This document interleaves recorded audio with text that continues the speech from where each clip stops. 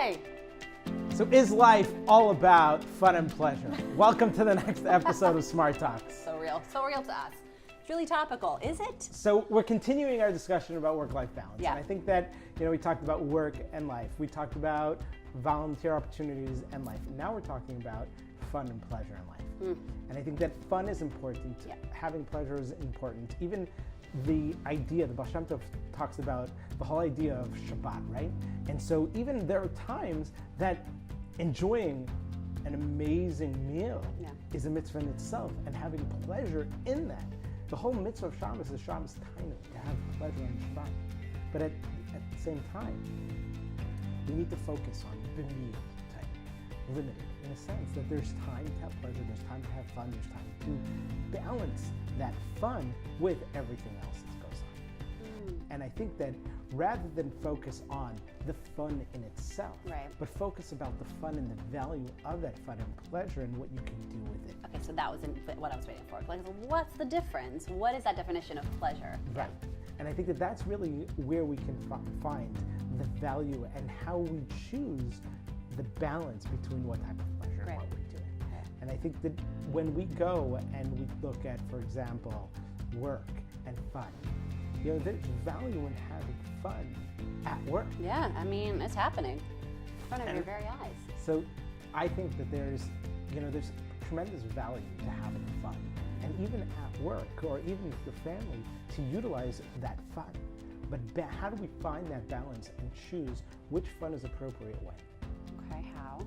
And I think that let's just figure it out. Because I think that fun, for example, let's just focus on some of the values and what does fun and pleasure really give us. So if we're at work or we're in a family, family get together and, everybody's a little awkward, having fun can you crack a joke and it helps everybody get out of a tense situation. It connects people. Right, it connects people. So having fun at work, having people laugh can help people become more of a team, help people come closer together.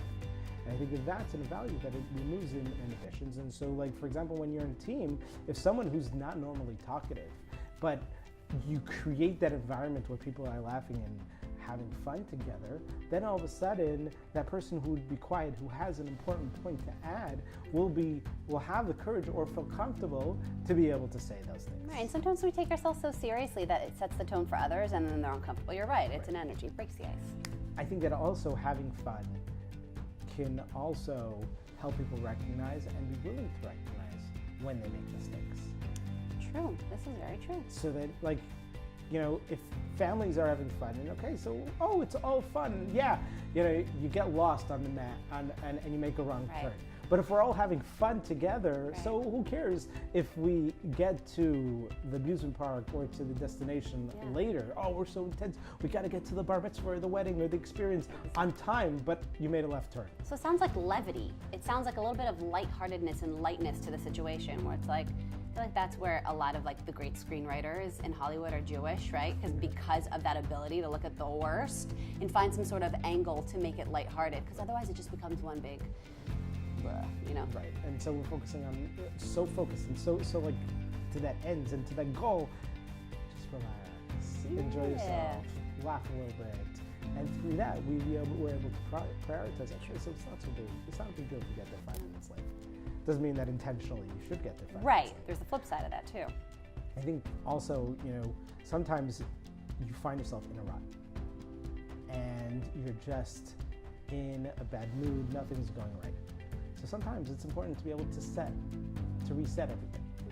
And by resetting the button and sort of taking a walk, relaxing, having some me time, having some fun, can help you reset so that tense situation could be looked at in a different light, whether it's home, whether it's work, and helping you find that balance. So I think when we're talking about fun versus life, I think fun is within life. It's intertwined. It's not two separate things, but too much fun is an end in itself.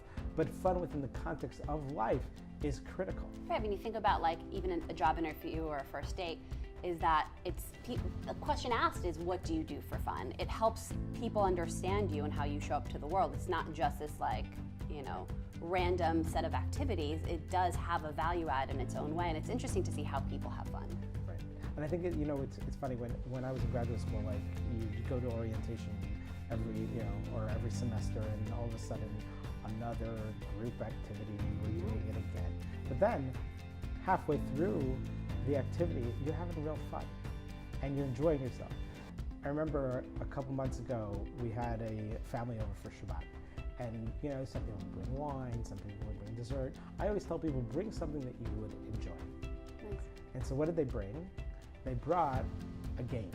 I love it. And so after Shabbat meal was over, the dessert was cleared, everything was done, they pulled out code names, and they had the most amazing time playing a board game with the family and the guests. And usually I'm just running to go back to sleep, or I'm tired, or whatever it is, or I'm getting back to a book. Here, we stayed together, we were present, we were enjoying each other's company, and it was amazing. I love that. So I think that fun and life have that connection. Absolutely. But I think that, there's also an interesting sort of dichotomy in the sense that if you're an entrepreneur or you're in business and you're starting a startup,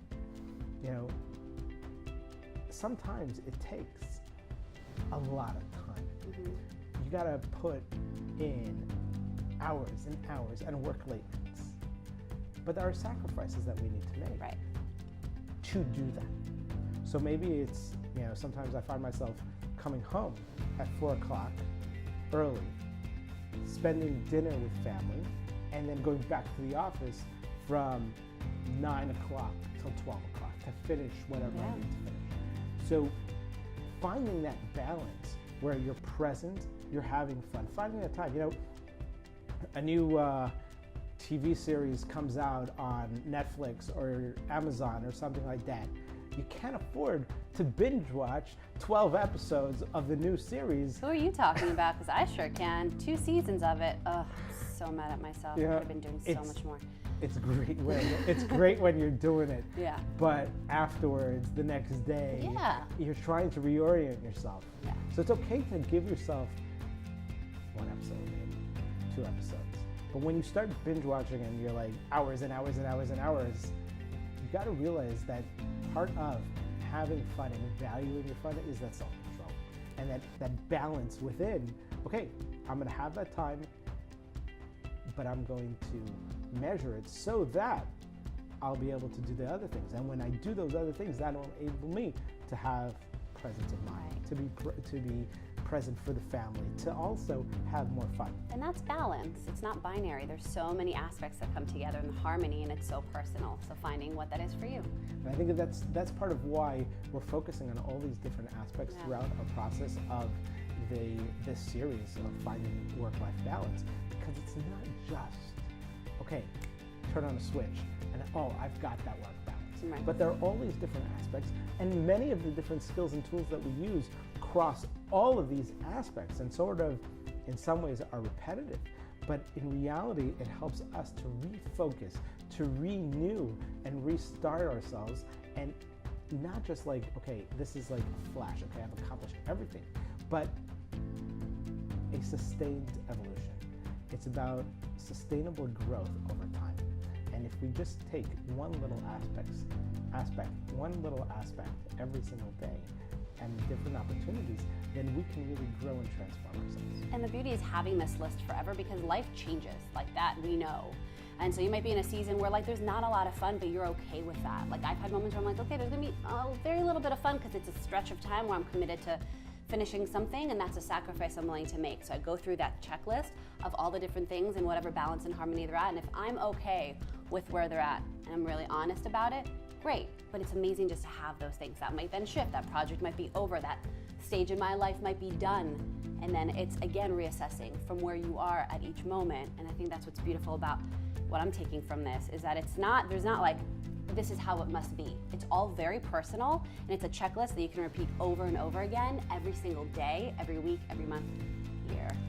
Awesome. Onwards. So thank you very much for joining us on this journey. We look forward to hearing your tips on how you achieve work-life balance. What are the things that you focus? And please share with us suggestions on what we could focus on within these episodes so that we can help you and help ourselves grow and become more balanced people. Yeah, and if we're like not having enough fun, in your opinion, let us know that too. I'm worried. I'm worried that this isn't fun enough. Cheers. Cheers. Strong water.